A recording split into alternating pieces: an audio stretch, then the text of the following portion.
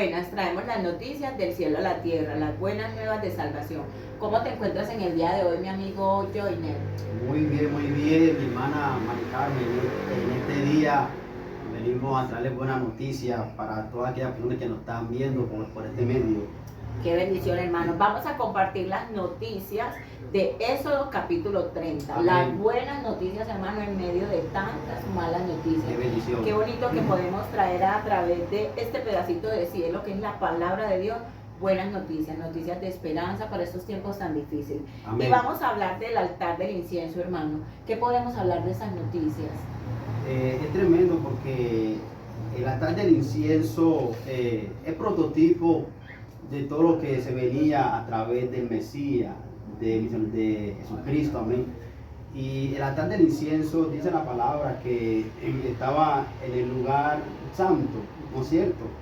Y vemos que era una parte muy sagrada, era una parte muy importante para todos los sacerdotes, ese lugar santo. Y entonces creo que el altar del incienso era una parte donde el sacerdote se comunicaba con Dios, hacía las oraciones. Entonces hoy en día creo que también eso sigue aún vigente, ¿no es cierto? Que tenemos tener una oración diaria continuamente para con Dios. Amén. Hermano, vemos que ese altar del incienso, o sea, que el Señor está dando unas instrucciones específicas. Dice, haz un altar de madera y de madera de acacia. Son instrucciones específicas que Dios da en nuestra vida y lo vemos a través del manual de convivencia, ¿cierto?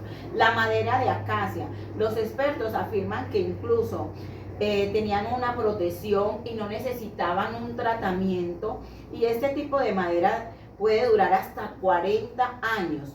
Aquí vemos también como el prototipo de Jesús, 40 días, 40 noches en el desierto. Amén. 40 años el pueblo de Israel, ¿cierto? En el desierto vemos que todo se va estructurando y se va enlazando con la palabra de Dios, ¿cierto? Todas esas medidas, todas esas especificaciones. Vemos que también el pueblo de Israel duró 40 años en el desierto. El Señor siempre los cuidó. Es una especie nativa de Australia y crece de una manera rápida y es muy alto. Amén. Así vemos que también el Señor simbólicamente lo trae a nuestra vida, que quiere ese crecimiento en nosotros, y que aún esta madera de acacia no necesitaba una protección porque crecía por sí sola. Vemos que nosotros tenemos el cuidado de nuestro gran Dios, ¿cierto? Que tenía cuidado con el pueblo de Israel y lo sigue teniendo ahora en nuestras vidas, Joyner, porque esas indicaciones de madera de acacia representan a Cristo, que es ese árbol de vida, y también lo podemos llevar al tiempo de Noé, cuando le dio esas indicaciones de esa madera de acacia para construir el arca de Noé. Amén, amén, amén. Que representa que salvación. No podía ser de cualquier madera, era una madera específica. Sí, es tremendo porque la madera de acacia también era una madera que nacía en el desierto, Y la madera de acacia también, como usted dice, mi hermana, representa a Cristo, porque la madera nunca se pudre. Y la madera también simboliza, ¿no es cierto? Representa la humanidad de Cristo. Amén. Que Cristo nunca cometió pecado, era perfecto en todo. Así también era la madera de acacia. Amén, amén. También podemos ver en estas buenas noticias, hermano, vemos aquí que le daba a Aarón, vamos a ver el versículo 7, dice, cada mañana cuando Aarón prepare las lámparas, quemará incienso aromático sobre el altar, y también al caer la tarde, cuando las encienda, las generaciones futuras deberán quemar siempre incienso ante el Señor. No ofrezcan sobre este altar ningún otro incienso, ni holocausto, ni ofrenda de grano, ni derramen sobre él libación alguna. Cada año Aarón hará expiación por el pecado a lo largo de todas las generaciones.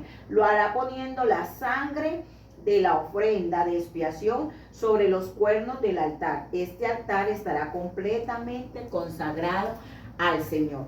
Estos versículos me impactaron porque sabemos que Aarón también era el sacerdote, amén, ¿cierto? Amén. Y que el Señor primeramente le da esas especificaciones a sus sacerdotes, ¿cierto? Amén. De que él tenía que hacer ese sacrificio de expiación, o sea, tenía que ofrecer esa ofrenda, y el Señor daba especificaciones que no puede ser así, y que no podía haber libación, ninguna libación. Entonces vemos que el Señor primero demanda de sus sacerdotes y que Él tenía que llevar a su pueblo a prepararse también para hacerlo, realmente como el Señor lo tenía estipulado aquí conforme a su palabra. Amén. Es tremendo, mi hermana, también porque ahí habla que, o sea, todo lo que Dios le dio a Moisés, también a Aarón, era una ordenanza, ¿no es cierto? Entonces vemos que siempre Dios quería del pueblo, ¿no es cierto?, una ofrenda grata. O sea, no quería un fuego extraño, ¿no es cierto? Entonces, es también como hoy en día, ¿no es cierto?, debemos de darle a Dios lo mejor de nosotros, lo mejor de nosotros. Y también vemos que el altar del incienso, ¿no es cierto?, tiene varios elementos. El oro significa lo que es la divinidad de Cristo, el oro, ¿no es cierto? El oro. También vemos que el altar del incienso también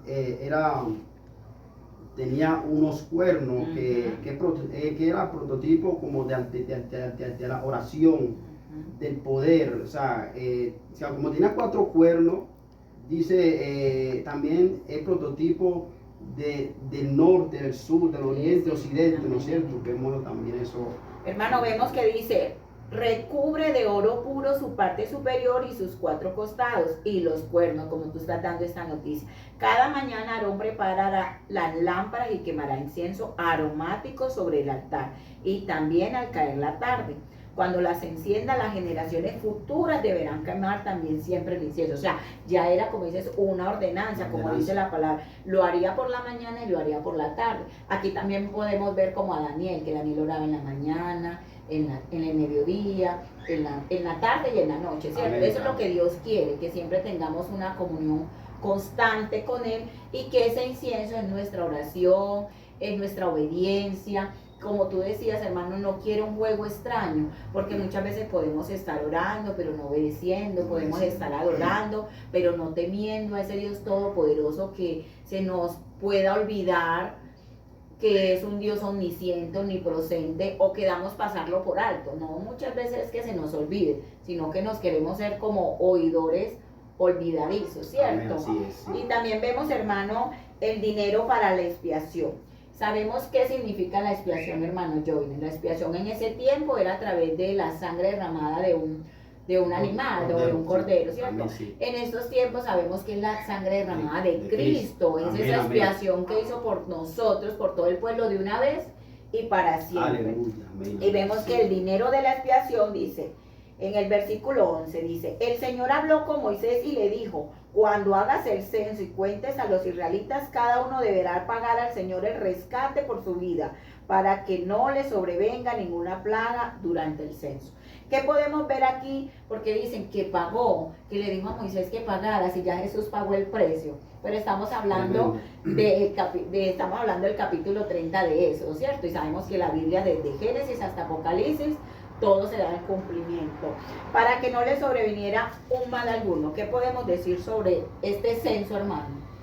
Sí, es tremendo porque ahí el censo era pues que cada persona del pueblo de Israel, sea rico o sea pobre, tenía que dar medio ciclo.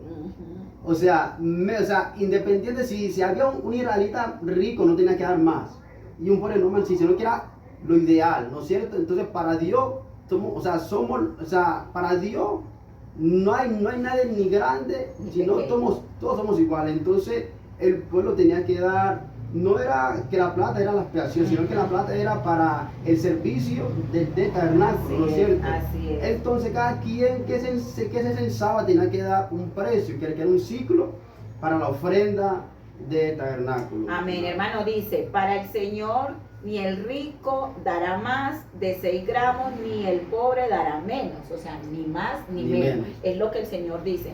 Y dice, tú mismo recibirás esta plata de manos de los israelitas y la entregarás para el servicio de la tienda del tabernáculo. De esta manera el Señor tendrá presente que los israelitas pagaron su rescate. Pero este rescate significa esa obediencia. Porque sabemos que el Señor no necesita de nuestro dinero, ¿cierto? Que no necesita de nuestras ofrendas, sino que Dios lo hace aún para nuestro propio beneficio, porque aquí miramos que era para el mismo tabernáculo. Lo podemos llevar a los tiempos de ahora, cuando nosotros vamos a llevar los diezmos o cuando damos una ofrenda, sabemos que es para la misma iglesia, para que el reino del Señor se siga estableciendo. Claro, porque sí. algo muy importante que tenemos que aprender es que el evangelio es gratis, porque ya Jesús, pero los medios cuestan, para ir a llevar las palabras, para ir a otra ciudad, a otro país, a un barrio, a una vereda, para ir a visitar a un enfermo, a un necesitado, necesitamos un pasaje, necesitamos los recursos, ¿cierto? Entonces, qué más bonito que dárselos al Señor y saber que no es algo que lo estipuló el hombre, es algo que es bíblico, que mucha gente cae como, no, pero eso diezmar ya está abolido, o eso era en la antigüedad, y mucha gente estipula mucho sobre el diezmo, pero para saber que el diezmo, como se cumple en su palabra que dice que más bienaventurado dar que recibir, y que le damos al Señor de lo que Él nos da, y sentimos ese gozo porque el Señor nos bendice, y si tengamos mucho o poco, le damos a Él lo que es de Él. Amén. Hermano, ¿qué podemos decir aquí también en el versículo 17? El lavamanos. Sí, es tremendo, la fuente de bronce, sí.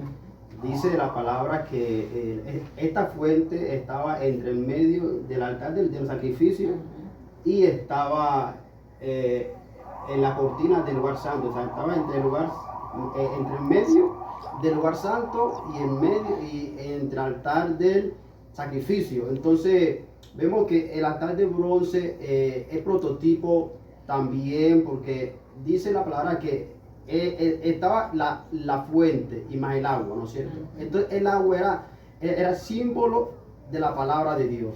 Amén, amén. Hermano, y lo que era la fuente es prototipo del Espíritu Santo.